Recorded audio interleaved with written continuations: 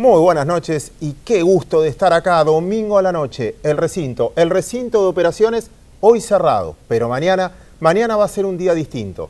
El título del programa de hoy es el divorcio entre los mercados que están de fiesta y una economía real que se muestra en recesión. Pero no lo hago solo, Sergio Berestein, qué gusto tenerte acá. ¿Qué tal, Claudio? Buenas noches. Vamos a discutir eso, porque nosotros en los mercados vemos un país. Pero la gente o la economía real, ¿está viendo ese mismo país? No todavía. Te diría que hay una especie de brecha entre el día a día de la sociedad que está acostumbrándose a este nuevo entorno político, económico, y los mercados que están descontando lo que viene, con información más acotada, con problemas vinculados, por ejemplo, a una tasa de interés mucho más alta, a problemas de empleo, a una sensación de que efectivamente la cosa se puso más difícil, las tarifas más altas. Hay un segmento de la sociedad que ve con mucha preocupación lo que está pasando. Si te preguntás, Claudio, ¿cómo están ellos? Te dicen, y la estoy peleando más o menos, algunos creen que está mal. Si te preguntás cómo está el país, curiosamente, predomina la gente que lo ve en la dirección correcta. Lo contrario pasaba con el gobierno anterior. Cuando le preguntabas a la gente cómo estaba, decía, bien, voy zafando, cambié la tele. ¿Cómo está el país? No me gusta. Con lo cual, esta dicotomía me parece presenta interrogantes interesantes para ver cómo se va a ir modificando la opinión pública en los próximos meses. Hay una historia de mercado, la tenés que escuchar, dura 6 horas nada más, lo único que te digo, tenés paciencia. ¿Un domingo a la noche? Un domingo a la noche, nos va a aguantar igual. Pero es muy interesante para entender los flujos de los mercados. Y ahí vamos a empezar a discutir entre el mundo real y la política y la economía. ¿Cómo reaccionan los mercados? Resulta que hay 2 bares vacíos. Vengo a la mañana a desayunar. Tengo que elegir uno de los dos. Uno de los dos voy a entrar. Entro a uno. Bárbaro. Venís vos a desayunar. ¿A qué bar vas a ir? Donde hay una persona, donde está vacío. Si estás vos, voy al otro. No, obviamente va a ser que está... ¿Dónde está gente? Vienen 2 personas más. ¿A qué bar van a ir? Precisamente donde hay gente. Y así vienen 10, 15, todos van a ir donde hay gente porque por algo hay gente. ¿Qué va a terminar pasando? El bar lleno siempre va a estar lleno con comida muy fresca, porque se va a vender y todo perfecto. El bar vacío va a estar vacío, por lo tanto va a tener hasta el yogur vencido. Con lo cual va a justificar por qué está vacío. Con el tiempo, el lleno, todo el mundo va a hablar bien, y del vacío, con justa razón por no tener la comida fresca, todo el mundo va a hablar mal. Entonces la plata va donde va la gente, lo que se puso de moda. Y sin duda, si ustedes leen cualquier reporte internacional, Argentina está de moda. Por lo tanto, la plata viene. Pero necesitamos la transformación de esa plata que es financiera por ahora, vaya a la economía real, vaya a infraestructura, porque si no las empresas no van a poder crecer. Y para eso hace falta paciencia en la gente, porque esto lleva mucho tiempo. Uno puede comprar una acción en 1 minuto, un bono en 10 minutos. Ahora, vincularla a la economía real tarda por lo menos meses. Y ahora viene la pregunta política. ¿La sociedad argentina está preparada para esa paciencia? Hay segmentos que sí que pueden esperar y hay segmentos que no pueden esperar, y por eso el gobierno, creo que con mucho criterio, trata de apuntar un conjunto de medidas que se anunciaron recientemente para precisamente ayudar a los segmentos más vulnerables. Lo que ocurre es que los sectores de clase media, urbana, que masivamente apoyaron a Cambiemos, son en términos relativos los que más están sufriendo las consecuencias de este programa de estabilización. Que le subieron la tarifa, el tipo de cambio. En cambio, por ejemplo, en el interior, con el nuevo tipo de cambio, sin retenciones, a todo menos la soja, con una perspectiva distinta, la cosa está bastante mejor. Muchas veces tendemos a generalizar el clima de la ciudad a lo que ocurre en el interior, y eso es un error. Ahora, hay un problema, Claudio, no en el razonamiento, pero sí en la parte más política. Olvídate de la sociedad en un momento. La pregunta es, ¿el sistema político en su conjunto está dando señales a la inversión como para que efectivamente pasemos de lo financiero a la economía real? Me gusta, te lo pregunto. ¿El sistema político, lo ves dando esa respuesta? Parcialmente, porque creo que hay por parte del gobierno una intención de dar señales para efectivamente alimentar este ciclo de crecimiento con inversión de mediano y largo plazo, pero no hay un consenso más amplio en el conjunto de la clase política como para apuntalar eso, para darle mayor sustentabilidad. y alguien que quiere invertir en el mediano y largo plazo con un retorno a 10, 12, 15 años, lo va a pensar dos veces, dada la historia de inestabilidad que tiene la Argentina. Y es ahí mi duda, porque el sistema político empieza a debatir también la oposición, quién es el más opositor de todos, y eso puede ser una guerra relativamente peligrosa. Siempre marco lo mismo, el gran error del cepo fue no que no dejaban salir plata, que por ese cepo no entraba plata. Claro. Si yo pongo doble indemnización y demás cosas, el problema no es el costo de salida, sino que no va a haber entrada. Quizás hay otros mecanismos como favorecer con impuestos, etcétera, para incentivar el empleo. ¿Esa discusión no puede atrasar la inversión? Indudablemente, por eso te decía que una agenda más amplia, más consensuada, con sectores relevantes de la oposición, que sientan que ganamos todos dando un horizonte de mayor estabilidad, implicaría, creo yo, un estímulo para acelerar las inversiones. ¿Pero qué está ocurriendo? Aparece, nombre y apellido, Cristina Fernández de Kirchner, el horizonte político, y corre el eje del debate hacia temas, digamos, más populistas. Y es por eso que la oposición más razonable, de alguna manera, queda intoxicada con estos temas y tiene que mostrar que no se deja correr por izquierda. Eso te explica, por ejemplo, la doble indemnización. Cuando hablas con muchos de los diputados que están dando este debate, te dicen, sabemos que esto no funciona, pero algo tengo que hacer. Y ahí es cuando, creo yo, esta superficialidad del debate sobre política pública que tenemos ahora está generando un costo, y es que falta integralidad en la propuesta del gobierno. Te tengo que hacer una pregunta en un minuto y después vamos a vender el programa a la gente por qué se tiene que quedar. En un minuto. No quiero que me pase a mí este error, confundir lo que quiero que pase con lo que puede llegar a pasar. Claro. La pregunta concreta es, ¿ves en el sistema político que está a la altura de las circunstancias de la profundidad de los cambios que tiene que hacer la Argentina? En el corto plazo yo creo que hay conciencia que la estabilización implica claramente una ganancia para todos. Bajar la inflación, generar un entorno un poquito más razonable.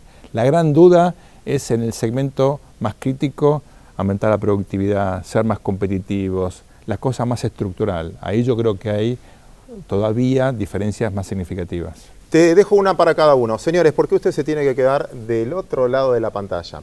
Ahora le vamos a prestar la cámara un ratito a Santiago Roca. Él va a entrevistar a José Sciaba Serrate, porque antes de tomar una decisión en Argentina, también es importante saber cómo viene el contexto internacional, cómo viene Estados Unidos, cómo viene Brasil y finalmente cómo va a impactar el valor de las materias primas en Argentina. Y vos me trajiste un invitado. Que es coautor mío aparte. Aparte, vamos a hablar de eso también. ¿Por qué lo tenemos que escuchar? A Marco Buscaglia, primero porque es un gran economista, segundo porque es amigo nuestro, pero tercero porque escribimos un libro juntos que se llama Los beneficios de la libertad y que justamente apunta a las reglas del juego político para fomentar un clima de inversión mucho más estable, razonable, para el beneficio de todos. Espero que les haya gustado la propuesta. Vamos a empezar luego de esta presentación.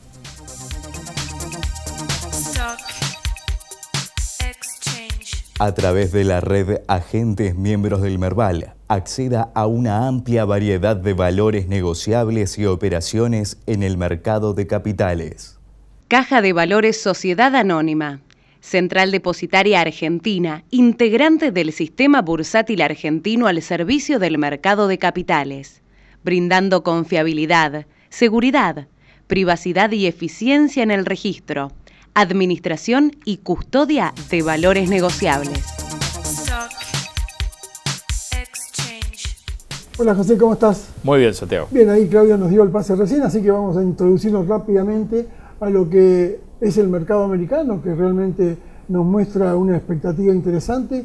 Está ahí peleando con los máximos, ¿no? Así es. El comienzo de año fue muy malo, hasta mediados de febrero, y después vino una recuperación muy potente.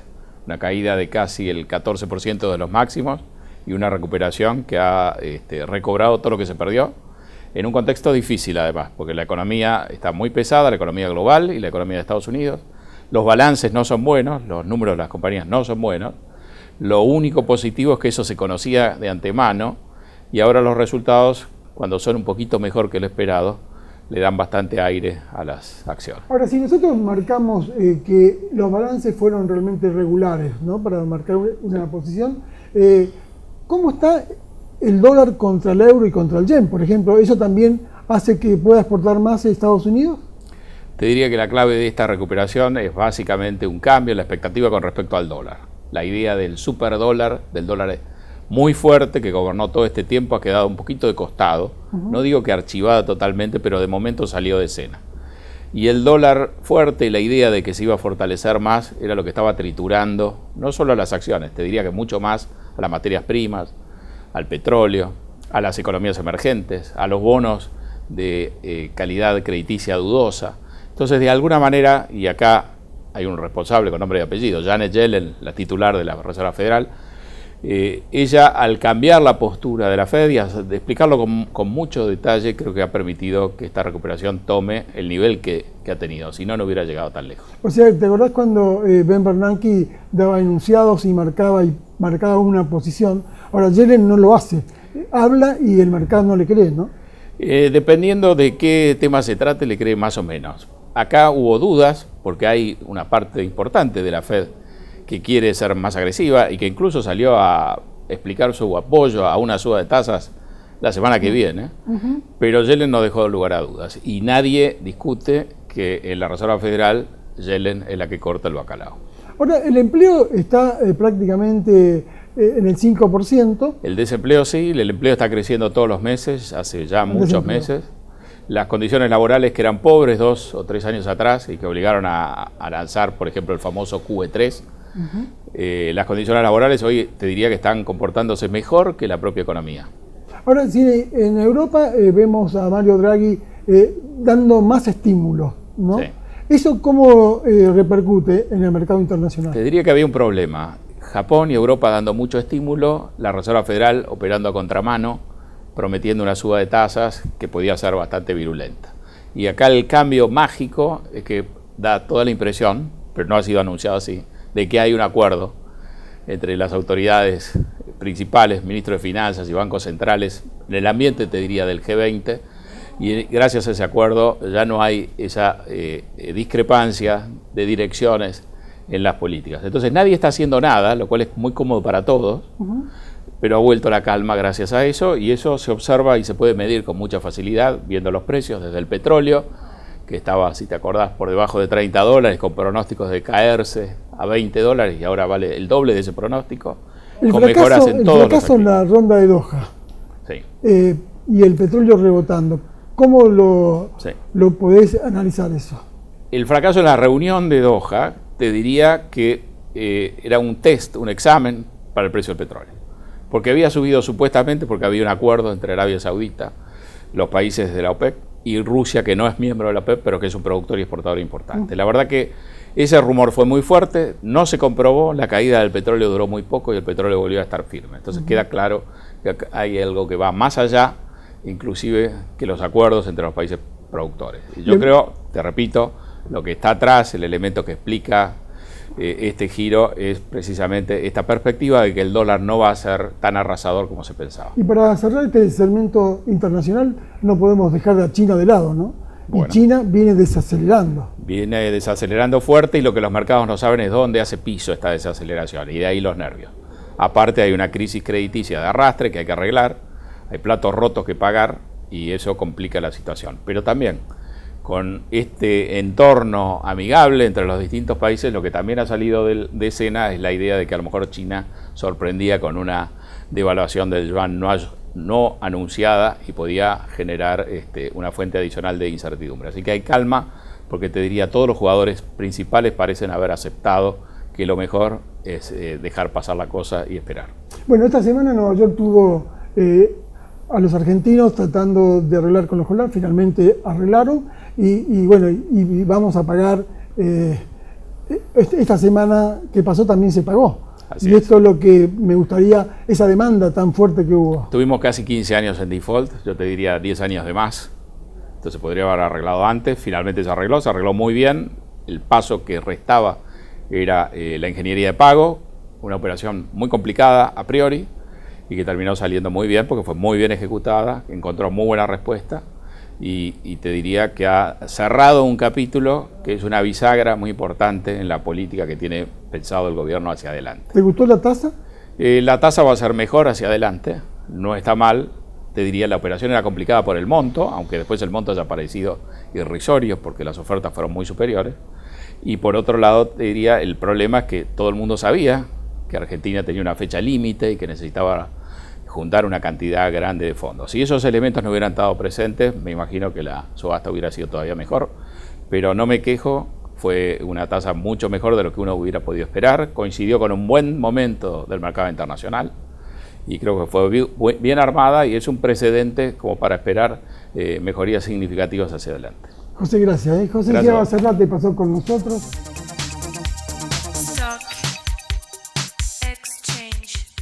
ExxonMobil, líder en tecnología para la operación segura y eficiente de recursos no convencionales de gas y petróleo, está contribuyendo con el progreso del país desde sus operaciones en la provincia de Neuquén. Gracias, Santiago. Y ahora sí, lo prometido es deuda. Marcos Buscaglia, un placer tenerte aquí. Buenas noches a todos, mucho gusto. A vos te conozco hace tiempo. Sí, habrán escrito juntos, sí, ahora vamos a hablar. Pero déjame contarle a los televidentes, en este caso, perdón, que Marcos ocupó la banca internacional durante bastante tiempo y tomaste decisiones en Bank of America, Merrill Lynch, luego propiedad de Bank of America, y estás volviendo a la Argentina. Volví a la Argentina, volvimos el 3 de enero, aterrizamos de vuelta después de 6 años de estar viviendo afuera, muy contentos. Y bueno, yo creo que para nosotros era, no voy a decir obvio, pero era bastante esperable que venga un cambio, en el sentido que me parece que lo que ocurrió en los últimos años era una anomalía hasta para la Argentina, ¿no? Y que la gente estaba demandando un país más normal. Y bueno, eso, decisiones familiares. O sea, Sergio, esta es una decisión más complicada que plata, porque no es que invirtió en la Argentina, vino él con la familia a la Argentina. Eso es jugarse por el país. Exactamente. Cuando dicen votar con el bolsillo, put your money where your mouth is, en inglés, ahí está. Your money and your sons. Mira con los hijos, que es mucho más importante. Convencenos a nosotros, porque creo que te lo estoy robando a vos, Sergio, cuando viniste de Nueva York, que decías, nos ven mejor afuera que lo que nosotros vemos la realidad adentro. Convenceme a mí, ¿por qué la expectativa sobre la Argentina? Bueno, distingamos la situación de muy corto plazo de lo que está ocurriendo estos días con la situación de más largo plazo. La situación de corto plazo es, ahora estuve en Nueva York, es la semana pasada, y mi presentación, te contaba antes, se llamaba Goodbye Honeymoon, Hello Markets, que es adiós a la luna de miel, bien, hola mercados. Y la gente allá en Nueva York me decía, ¿por qué se acabó realmente la luna de miel? Y yo decía, y bueno, miren, allá no hay, hay un poco de mala onda, como estaban hablando antes, por todo lo que está ocurriendo, obviamente, con la inflación, etcétera. En Estados Unidos, si uno piensa, los inversores en mercados emergentes miran todo el mundo, miran, no sé, la India, Turquía, Sudáfrica, tienen todo este conjunto de países para invertir, y lo que buscan es buenas historias. Claro. ¿Dónde hay una buena historia para poder yo convencer a los que me van a traer plata a mí como alguien que maneja dinero, como portfolio manager, para invertir? Argentina es una buena historia. Diría hoy, es la única buena historia casi en mercados emergentes. Brasil aparece en el horizonte como una potencial buena historia, y eso ya está reflejado en los mercados. Pero hoy la Argentina es la única buena historia, y por eso, sumado a que en este momento se dio vuelta la mala onda que había con mercados emergentes hasta mediados de febrero, claro, y ahí de nuevo está entrando plata a los fondos que manejan de mercados emergentes, básicamente mucha euforia con mercados emergentes, mucha euforia con la mejor historia para ellos de mercados emergentes, que es la Argentina. Nosotros, cuando hacíamos la introducción con Sergio, planteábamos que uno de los temas del programa era este divorcio que vemos, esta euforia en los mercados, y que en la economía real todavía no ve llegada de dinero. ¿Hay algún método o algo para evaluar que esa plata realmente va a quedarse más tiempo que la duration de un bono? Yo creo que claramente es la pregunta más importante a hacerse hoy, pero siempre cuando uno mira los ciclos virtuosos o viciosos, se empieza por los movimientos de portafolio, que es lo que, como vos decías, es lo que es más fácil comprar y vender. O sea, empieza por el movimiento de portafolio, después empieza por la inversión más de corto plazo, aquellas que tienen tasas de retorno muy altas y por lo tanto son proyectos de corto plazo, y después se va hacia los proyectos de más largo plazo. Creo que es el ciclo natural. Pero yendo relacionado con esto, yo creo que, si vos me preguntás, cuando yo hablo con los inversores de afuera, le digo, ¿cuál es la pregunta más importante para la Argentina hoy? Y no es la inflación. Usted va a decir, pero estás loco, la inflación está altísima. O sea, sí sabemos cómo bajar la inflación. Si dejas la tasa al 38%, la inflación la vas a bajar. La gran pregunta hoy es el crecimiento. Claro. La Argentina, para nosotros que vivimos acá ahora, ya todos vivimos acá, tanto para los que estamos acá, como para el inversor que compró el bono argentino, ahora esta gran emisión de bonos argentinos, esta historia resulta en un triunfo o no, de acuerdo a si la economía en el segundo semestre empieza a retomar una senda de crecimiento. Por eso yo creo que todo el énfasis tiene que estar en crecimiento. Un país que no crece al final no puede pagar sus bonos. ¿no? Entre otras tal cual, cosas. es verdad. Y no puede mantener a su población contenta para que el equilibrio político continúe. No hay consumo, no hay recaudación. Entonces, yo diría, desde el punto de vista para mí político, de equilibrio político, de que esta coalición que gobierna, que es una coalición relativamente débil, pueda seguir avanzando con su agenda legislativa, y desde el punto de vista económico, para aquellos que tienen, por ejemplo, bonos, la gran pregunta es: el segundo semestre la economía retoma una senda de crecimiento o no. Porque hemos visto muchos procesos de ajuste, ¿sí?, que no terminan bien. Brasil, Grecia, o sea, que empieza el proceso de ajuste y no termina. Yo creo que esto es distinto, este proceso es distinto, pero la gran incógnita, el foco para mí es crecimiento. Inflación va a bajar, pasaron los aumentos de tarifa, la tasa, el Banco Central está haciendo una tarea, digamos, de contención de la Te interrumpo acá, sí, porque este programa en el fondo se llama Comprovendo y es saber, vos ya apostaste finalmente. ¿Qué chances le ves de que Argentina crezca en el 2017? Ponémelo en porcentajes. Yo creo que es muy alta, es el 70-80%. Ah, wow. Sí. ¿Lo ves posible? Sí. Sergio, te incluyo, porque ahora quiero mostrarles, esto lo presentaron el jueves, ¿sí? Finalmente en la feria del libro. Los beneficios de la libertad. Lindo momento para discutir esto. Cuéntenme por qué. Bueno, la verdad que fue un libro que se le ocurrió a Marcos, para ser totalmente honesto, con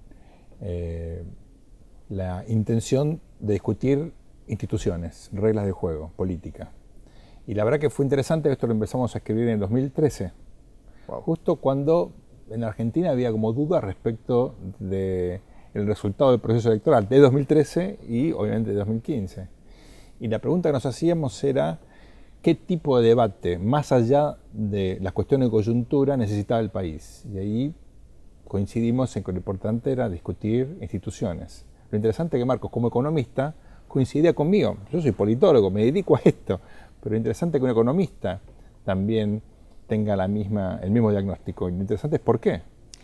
Y como ya sabe Sergio, es un poco una frustración, ¿no? Dedicarse, me dedico más de 20 años a la macro, empecé, como hablamos con Arriazu, trabajando, y darte cuenta que al final lo que vos haces no es lo más importante, ¿no? Porque pensás, claro, cambiamos todas las políticas. ¿Qué política no probamos? O sea, mencioname una política económica que no hayamos probado. Si probamos todo, y ninguna le fue bien. Entonces, bueno, cuando probamos todo, algunas que no me gustaban y otras que me gustaban, igual hasta las que me gustaban fracasaron, entonces algo más hay, algo más hay. Y eso más es, yo creo, es una combinación del juego institucional, electoral, una cuestión de cómo funciona la coparticipación federal, cómo funciona el Estado y los controles, y eso es lo que me llevó a trabajar con Sergio, obviamente, que son temas que domina más, y a meterme en toda a estudiar una literatura que no es la literatura que yo había estudiado cuando estudié economía, obviamente, ¿no? Hablando de institucionalidad, hay muchas instituciones, porque están las instituciones políticas, pero las económicas también tienen sus instituciones.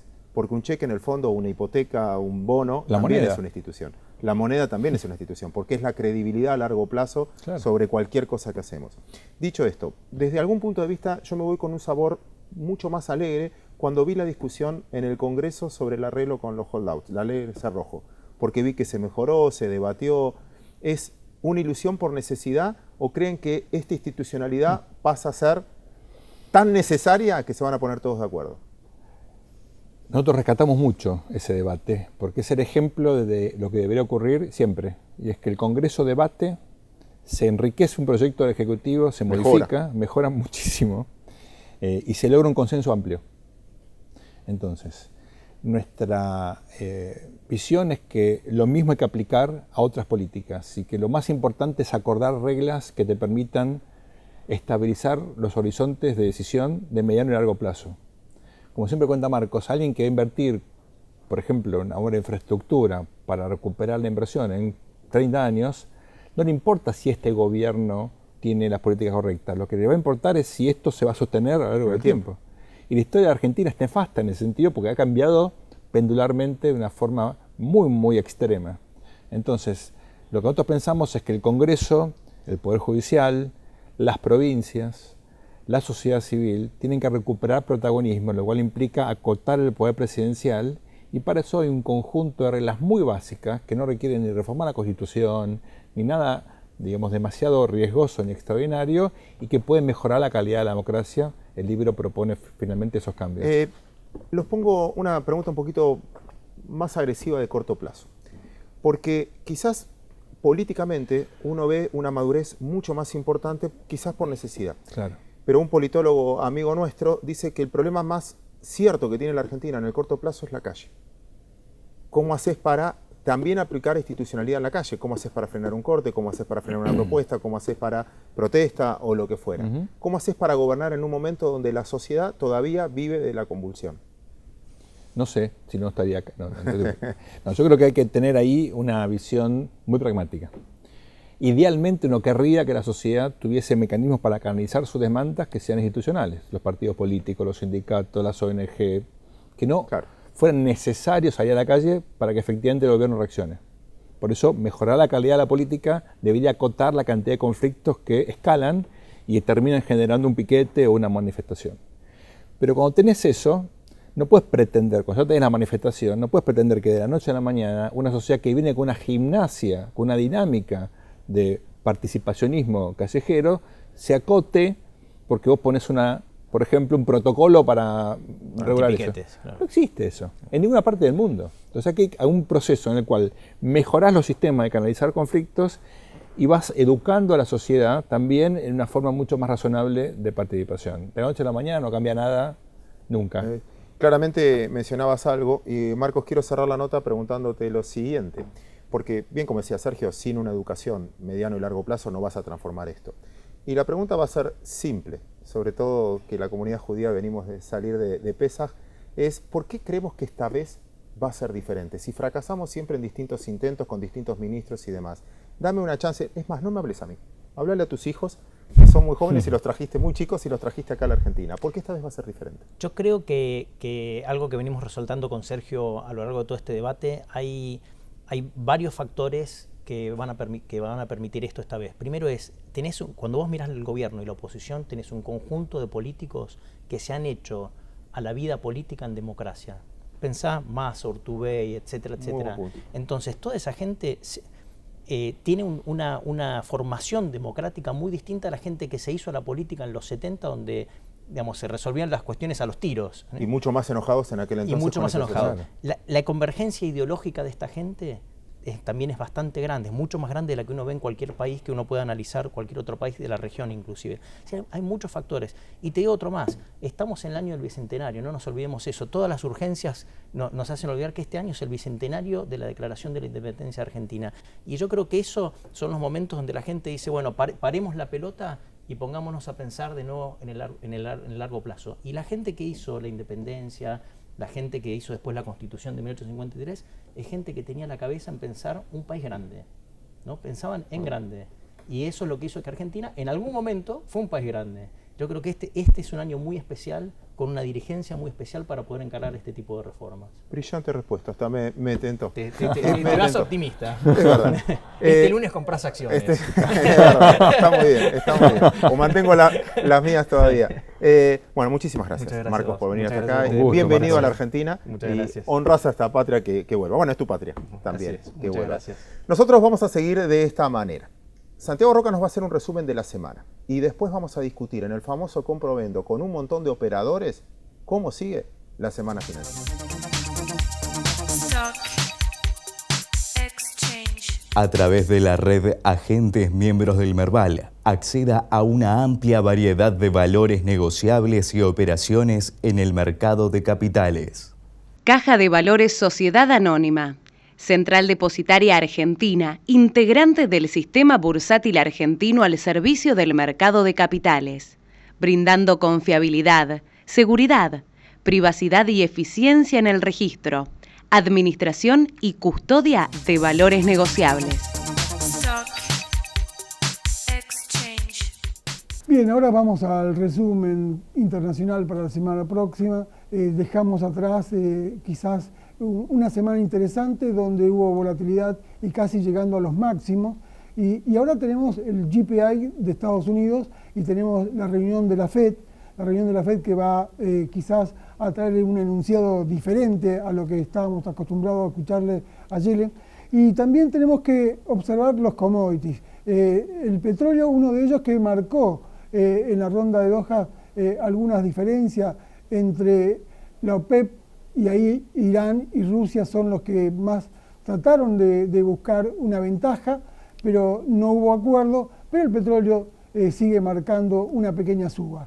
También tenemos que observar la caída de los commodities, por el lado de los metales, muy breve, pero tenemos las uvas en la soja por el tema del clima tanto en Brasil como en Argentina.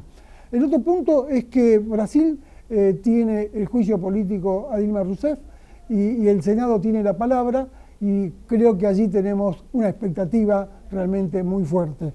Con respecto a la Argentina, tuvimos la colocación de los bonos. Ahora la semana próxima vamos a estar teniendo la colocación de los bonos. Ya hay cotización tanto en Estados Unidos como en nuestro país.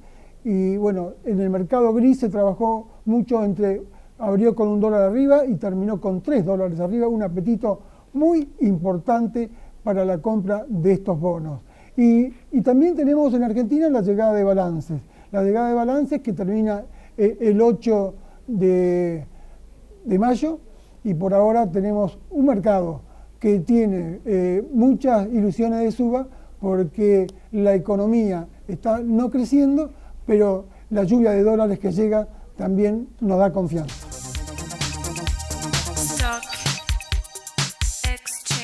A través de la red Agentes Miembros del Merval, acceda a una amplia variedad de valores negociables y operaciones en el mercado de capitales.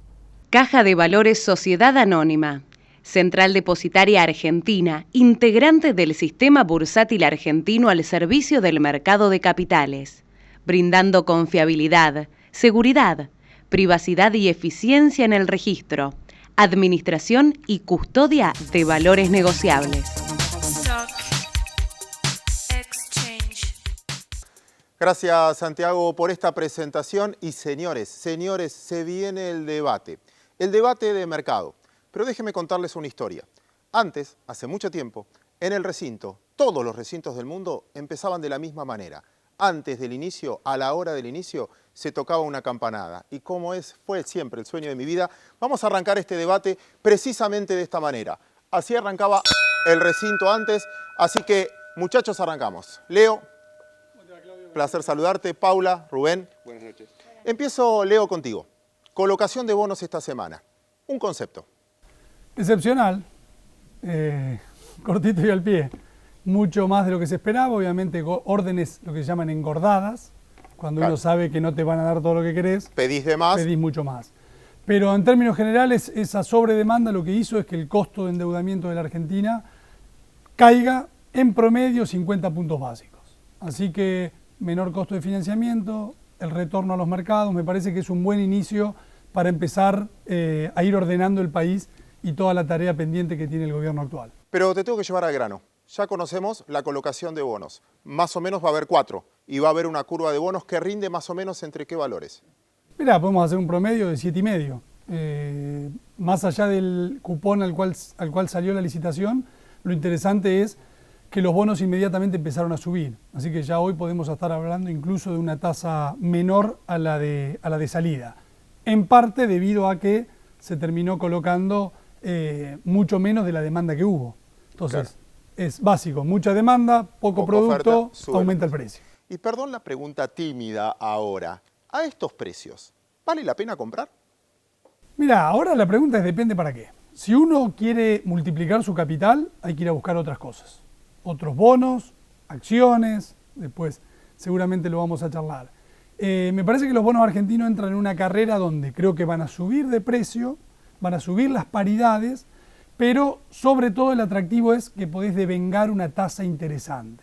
Este es un mundo, ya lo hemos hablado muchas veces, que no hay tasa en prácticamente ningún activo. 0, negativo, apenas 1. Argentina, 7%, con un gobierno que generó mucha confianza, es una tasa atractiva para ir cortando cupones. Te interrumpo un poquito acá y necesito casi hacer, no digo editorial, pero una reflexión, porque me preocupa mucho del lado del mercado de capitales. Acá hubo una colocación realmente exitosa, pero ¿saben qué? No se hizo acá adentro, porque 7 bancos se quedaron con gran parte de la oferta y se quedaron con la parte mayorista. No hubo participación de la mayoría. Y ahora nos dijeron, ¿querés entrar? Vale $2 arriba o $3 arriba. Con lo cual la ganancia, la primer ganancia, se los quedaban los que tenían ventaja comparativa, que tenían acceso a esos colocadores. Y la ficha mínima fue de $150.000. Si queremos profundizar el mercado y darle vida al mercado de capitales, deberíamos incluir también a los minoristas que vale la pena que inviertan en la Argentina. No los quiero incluir en el comentario, pero voy a ir contigo, Paula, porque una de las reflexiones que se hicieron en el mercado es, bueno, hubo mucha oferta, queda plata para el resto, el gobierno se retira y queda plata para las provincias y los privados. ¿Es factible? Sí, creo que fue muy interesante la colocación de esta semana, viendo justamente aparte dónde está la demanda de los inversores. Y vimos mucha demanda en el tramo largo. El bono a 30 años fue el más demandado en relación a oferta-demanda, ¿no? Y creo que eso es muy importante. Va a haber hay intereses distintos, ¿no? Porque por un lado el gobierno va a buscar colocar más corto, porque si la expectativa es a que el riesgo país va a seguir bajando, ¿no? Y que la tasa de financiamiento de Argentina va a seguir bajando, el gobierno va a buscar colocarse más corto, ¿no? 3 años, 5 años. En cambio, los inversores, frente a la misma perspectiva, van a buscar irse más largo. Por eso me parece que es buena lo que dice, digamos, la idea de lo que dice Leo, en un mundo de tasas tan bajas, poder devengar una tasa del 7 y el 7,5% a largo plazo es muy bueno. Entonces ahí ahora lo que vamos a ver es, ya el soberano dijo, yo coloco ahora 16.500 millones y me retiro por un tiempo del mercado externo. Le dejo lugar a quienes, a todas las provincias que vienen atrás. Ya tuvimos una colocación de la provincia de Buenos Aires hace un mes, que fue también muy exitosa, pagó una tasa bastante más alta, ¿no? Y ahora seguramente vamos a ir viendo a todas las provincias que han ya autorizado sus programas de emisión, vamos a ir viendo eso. Y también a las empresas. Ahora, cuando las provincias salgan a buscar plata, ¿la capacidad de pago es medible? O sea, ¿vos vas a cuestionar o no? ¿O todavía tienen tanto plafón que no vas a mirar la capacidad de repago de las provincias? No, seguro que sí, que esa es una variable importante a monitorear, pero en un inicio partimos de la base de que es un país y también las provincias que no tienen mucho endeudamiento en dólares. Entonces hay espacio para que lo que vamos a estar midiendo fundamentalmente es el spread que hay entre la colocación de un bono soberano y un bono provincial. Pero puede ser una muy buena alternativa para los inversores, que quizás van a rendir más que los soberanos y no están tan endeudadas como decías vos. Sí, ahí también vamos a ver el tema de la ficha mínima, lo que vos comentabas recién, que también en el caso de la provincia de Buenos Aires fue de $150.000 la lámina. Entonces me parece que eso también va a determinar la participación del inversor minorista, que esta semana lo que estuvo buscando es en los otros productos en dólares que tiene los otros restos de los bonos, poder hacer algún arbitraje y beneficiarse de la demanda. Ahora, voy a charlar con Rubén un poquito de acciones, pero les tengo que hacer una pregunta a ustedes dos. Va con algo de picardía, les digo. Vamos a suponer que alguien compra bonos. El riesgo mínimo, recuérdenme, yo creo que fue 250, pero corríjanme, ¿cuánto fue el mínimo riesgo país que tuvo la Argentina? Sí, un poco abajo de 200. ¿200? Sí. ¿Y hoy es, más o menos? No, está en 400 puntos. Vamos a suponer que va a 200 y el riesgo país argentino alcanza su mejor momento. ¿Cuánto tengo para ganar si invierto en bonos? Mucho todavía, mucho todavía, y ahí lo que hay que mirar es que los bonos más largos todavía tienen mucho para subir, porque una caída de 200 puntos básicos en el riesgo país puede llevarte a subas del 20-25% en dólares de los títulos. Lo que hay que tener en cuenta es que seguramente ese recorrido, o sea, hoy Argentina tiene una calificación de B, le faltan 4, ¿no?, escalones para llegar de nuevo a un grado de inversión. Entonces, eso lo que va a determinar es un recorrido que en el caso de otros países, digamos, Leo hizo un análisis muy interesante esta semana, lo que lleva es 4 o 5 años, o sea, los mercados se van anticipando. Lo que hay que cambiar ahí es el chip, Claudio, en el sentido de que venimos con el chip de que la renta fija en realidad en Argentina era renta variable. Claro. ¿No? Se movían los bonos, los precios de los bonos, 30% para arriba, 30% para abajo. Cuando un país entra en un sendero de mayor estabilidad, la renta fija es lo más parecido a fija posible, es decir, no se mueve mucho. Entonces la posibilidad de ganar plata es en historias, como decía Paula, de mediano a largo plazo. Si nos mejoran la calificación, si vamos bajando el déficit fiscal. Es otro tipo de inversor también, que tiene esa paciencia y más tiempo. A vos que te gusta la adrenalina, ya empieza a ser un mercado aburrido. Y Claro, por ahí viene la pregunta. Por eso me separo un poquito de ustedes y como me gusta la adrenalina, me voy a hablar un poquito con Rubén. Me gustó algo que decía Paula y quiero reafirmar también. Hubo préstamos a 30 años y cuando alguien le presta a un país a 30 años, no le está prestando a un gobierno, le está prestando a la estructura de un país. Porque si colocamos todo a 3 años, 4 años, en realidad le estás prestando antes de la reelección o no, de la nueva elección. Ahora, si prestás a 30 años, la verdad que va más allá de un gobierno y eso vale la pena. Rubén, vamos a ensayar el escenario que dicen ellos. Argentina baja abruptamente el riesgo país y vamos a un país de 200 puntos básicos. Paula me prometió que si yo pongo plata en los bonos y si eso sucede, puedo ganar un 20-25%. ¿Tenés un negocio mejor con acciones? Sí, sin duda. El tema son los tiempos. La renta fija, el nombre lo dice, vos tenés asegurado pago de cupones de intereses periódicamente. En las acciones no tenés eso, pero tenés un potencial muy importante para adelante. Pensemos lo siguiente. Esto del acuerdo con los holdouts ha sido una cosa extremadamente importante para el país y obviamente influye mucho en el mercado de las acciones. ¿Por qué? Si vos querés cambiar tu auto, te querés comprar un departamento, ¿cuánto tardás en averiguar cuánto vale el modelo que vos querés, cuánto vale el metro cuadrado, etcétera? Las empresas también se pueden valuar. Lo que pasa es que es mucho más difícil valuar una compañía que valuar un departamento, valuar un auto. El método de evaluación que utilizan la mayoría de los analistas es proyectar las ganancias de una compañía y descontarlas, trayendo el valor actual a una determinada tasa de interés. ¿Y adivina qué? La tasa de interés es la tasa de rendimiento de los bonos del soberano. Entonces, si pasa lo que los chicos dicen y esa tasa baja, automáticamente el impacto es en una mayor valuación de esas compañías. Entonces, en la primera impresión, te tengo que decir, hay, y eso lo vimos esta semana, un mayor valor. Vamos a tu materia ahora. Dale. Santiago Roca, cuando nos dio el pase, sus últimas palabras fueron temporada de balances en Argentina. Tienen tiempo hasta el 8 de mayo, corregime, para presentar balance. ¿Cómo van a venir? ¿Cómo puedo tener expectativa? O decime, mira, te lo pregunto más directamente. ¿Cómo van a hacer para ganar plata a las empresas si los costos le subieron y el tipo de cambio no fue tan competitivo? Bueno, primero digamos lo siguiente. Va a haber algunas sorpresas en este primer trimestre. Porque el tipo de cambio, cuando todos pensamos que la devaluación fue en diciembre, ojo que en diciembre se devaluó y después el dólar se dio hasta 13 pesos y a fin del trimestre terminó alrededor de 15. O sea, hay un pedazo de devaluación importante incluido en este balance, que le va a pegar de manera similar a lo que pasó con las compañías que se favorecían y las que se perjudicaban por tener deuda en dólares. Sin embargo, es un trimestre complicado. Es un trimestre complicado porque sigue el problema de los commodities en el mundo. Algunas van a empezar a mostrar algún resultado de esta mejor competitividad que tienen, pero el atractivo de las acciones no está ahí. El atractivo de las acciones está para adelante. Pensemos un poquito. Salimos del cepo. Salimos del cepo. Ingresamos al mundo. Ajustamos las tarifas, sinceramos las tarifas. Tenemos un tema de restricción monetaria para frenar la inflación y se viene un plan de infraestructura. Todas estas medidas requieren tiempo para verla en la economía, el impacto en la economía. Creo que es el gran desafío que tiene el gobierno para que esto suceda más temprano que tarde y que políticamente esto pueda resistir. Eso en el mundo de las acciones es todo muy favorable. Entonces, no sé si tan pronto como en este primer trimestre, pero tenés una promesa para adelante fabulosa. Pruebas al canto. El caballito de batalla en este primer trimestre es la tasa de interés.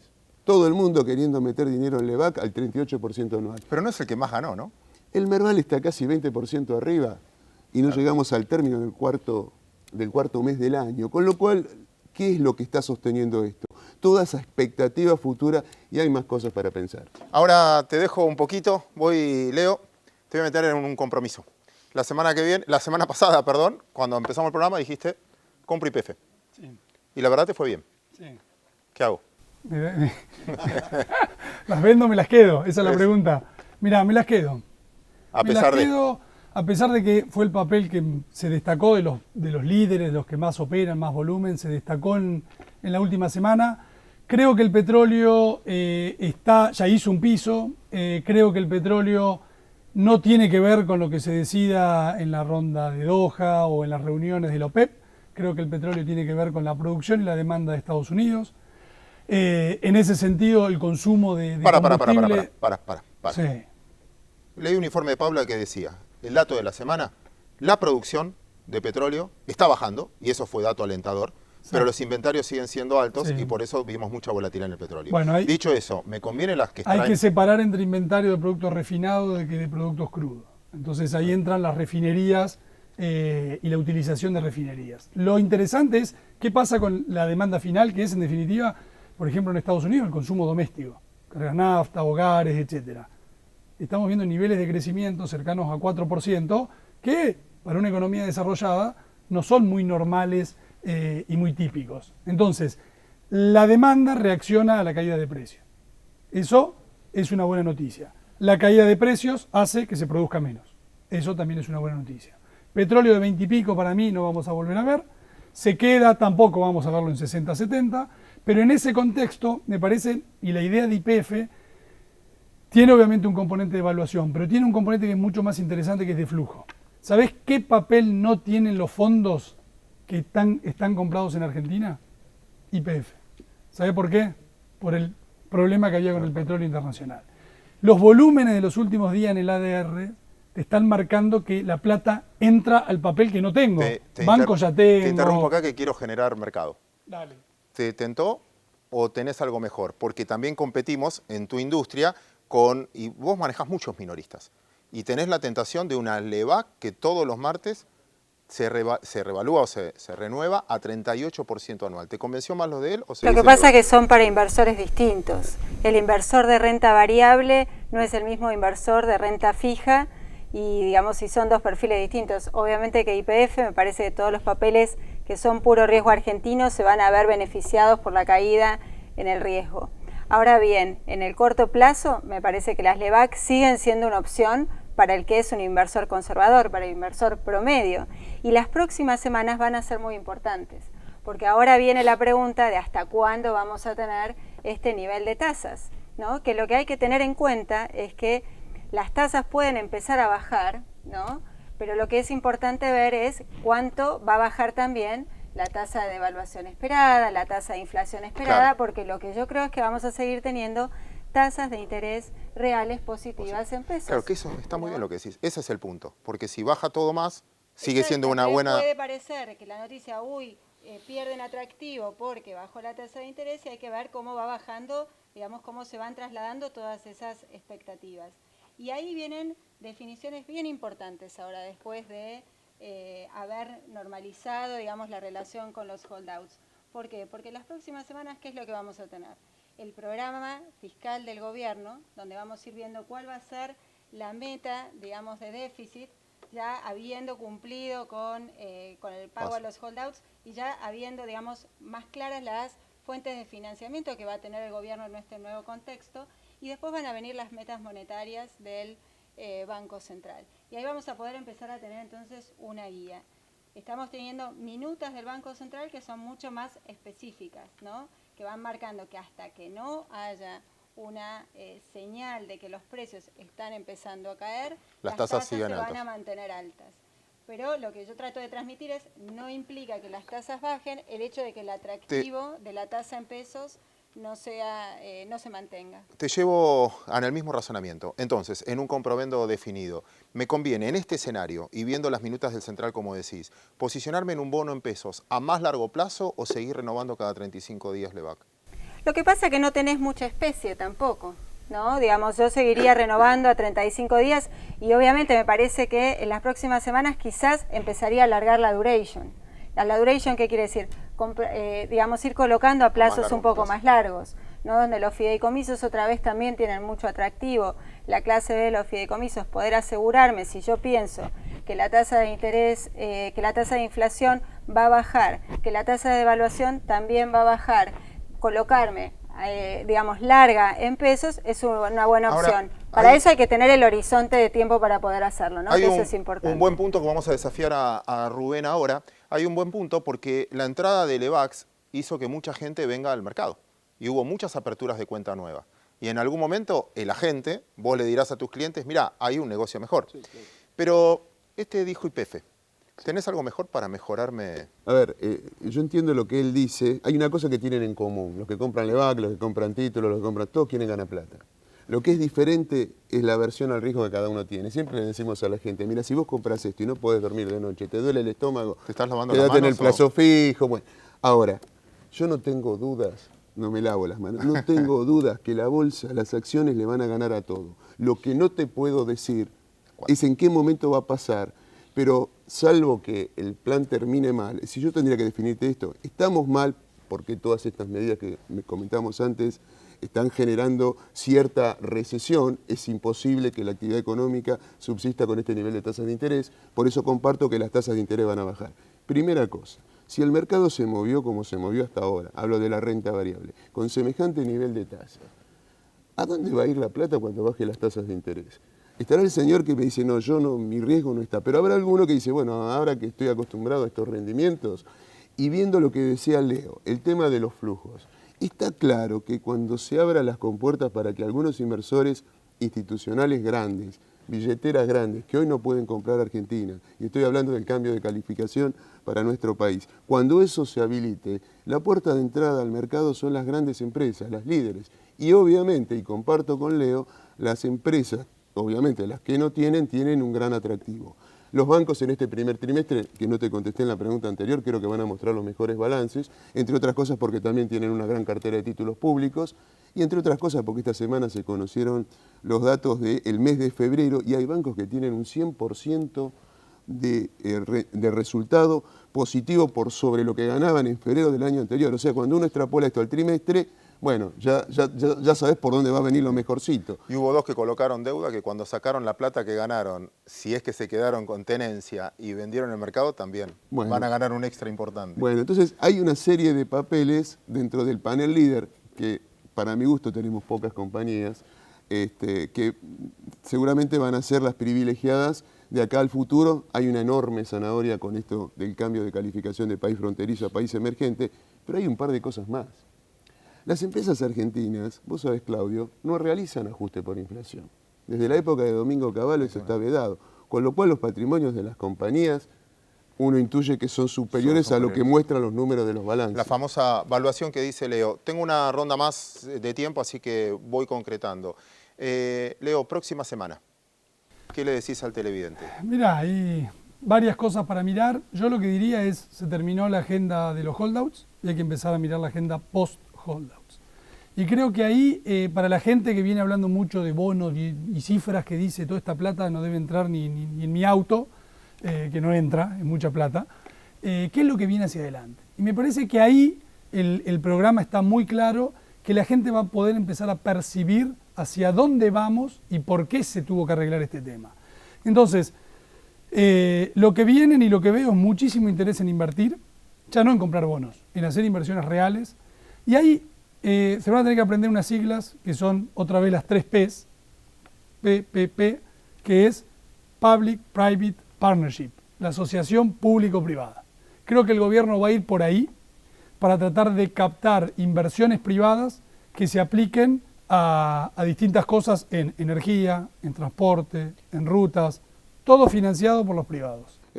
A mí me preocupa el contexto internacional. Yo creo que hay áreas de conflicto. Tenemos, bueno, el tema de Estados Unidos, los balances que no están viniendo tan bien. En cualquier momento podemos tener algún problemita. El tema de Gran Bretaña, si entra o no, si sale o no sale de la Unión Europea, el tema del enfriamiento de China. Hay una serie de cosas complicadas. Por ahora la película de nuestro país es distinta. Si nosotros pensamos, y hablando de lo que me toca hablar acá, de renta variable, en un mediano plazo, no tengo ninguna duda que esto va a funcionar. A monitorear 2 cosas. La tasa de interés es muy importante y el volumen de negocios. Y me da la sensación que vamos a ver que cuando la tasa de interés empiece a bajar, el volumen de negocio va a empezar a subir. Eso va a delatar que empieza a haber más inversión en el mercado y eso seguramente para los más avispados es una muy buena señal. Chicos, muchísimas gracias. ¿Querés ir a tocar la campana o...? No, te lo dejo a vos que cumplas tu sueño. Bueno, siempre cuando cierras se toca la campana. Después de esta introducción, esta cerrada, vamos a ir al cierre final del programa con Sergio Berestein.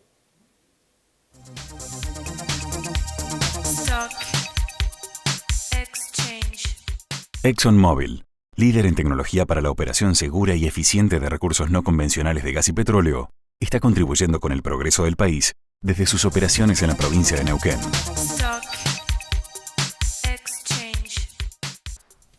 Momento de cierre de este programa. Sergio, ¿qué te llevas de conclusión? Mira, Claudio, yo estoy mirando hoy una Argentina que está cambiando a ritmos distintos y en dimensiones distintas.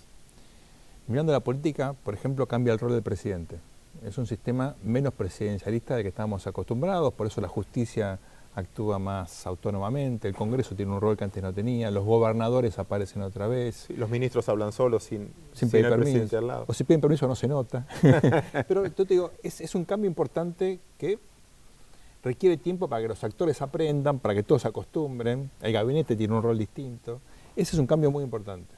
Hay otro cambio, parte como consecuencia del anterior, y es que el Estado argentino también tiene un rol más limitado que antes. Veníamos de un sistema muy intervencionista, muy regulado, mucho cepo, y vamos a otra cosa que no va a ser un país abierto a los mercados tipo Chile, ni la Argentina, digamos, del siglo XIX, pero claramente va a tener un rol del Estado más focalizado en bienes públicos como la política social, la educación, la salud, la infraestructura, el cuidado del medio ambiente, etcétera, ¿no? La tercera dimensión del cambio es la más interesante y es la que en parte charlamos acá, que es qué va a hacer la sociedad. Los trabajadores, los consumidores, los ciudadanos, los que en definitiva vamos a definir el futuro del país. Te puede cambiar la política, te puede cambiar el Estado, pero si la sociedad no asume un rol distinto... Puede ser una ventaja. Voy a cambiar mi cierre porque la verdad me tentó tu diálogo. También hay espejos distintos, porque 5 o 6 años atrás Brasil le iba de otra manera, Venezuela le iba de otra manera, Bolivia le iba de otra manera, sí. Había otros espejos. Y hoy los espejos de Latinoamérica también pasan por cosas parecidas.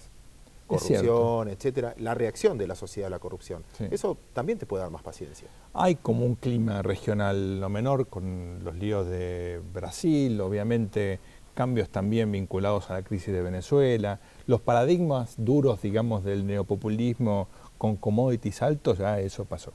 Ahora, cuidado que no sabemos hasta qué punto esta sociedad se está adaptando a esta nueva propuesta de la política y del Estado. Te hago una pregunta, Claudio. ¿Cuánto capitalismo quiere la Argentina? Como sociedad. Como sociedad le gusta un Estado que participe bastante. Bueno, ese Estado es un Estado muy profesional. Muy buena gestión. Muy buena gestión. Eso no lo haces de la noche a la mañana. En el medio, la pregunta es si la gente va a esperar que haya un Estado con esa capacidad de brindar bienes y servicios públicos. No lo vamos a poder contestar ahora porque cierra el programa y tenemos que dejar material para la próxima semana. Señores, espero que les haya gustado este programa, sobre todo el contenido de este programa. Nosotros nos reencontramos el próximo domingo en esto que se llama Comprobemos.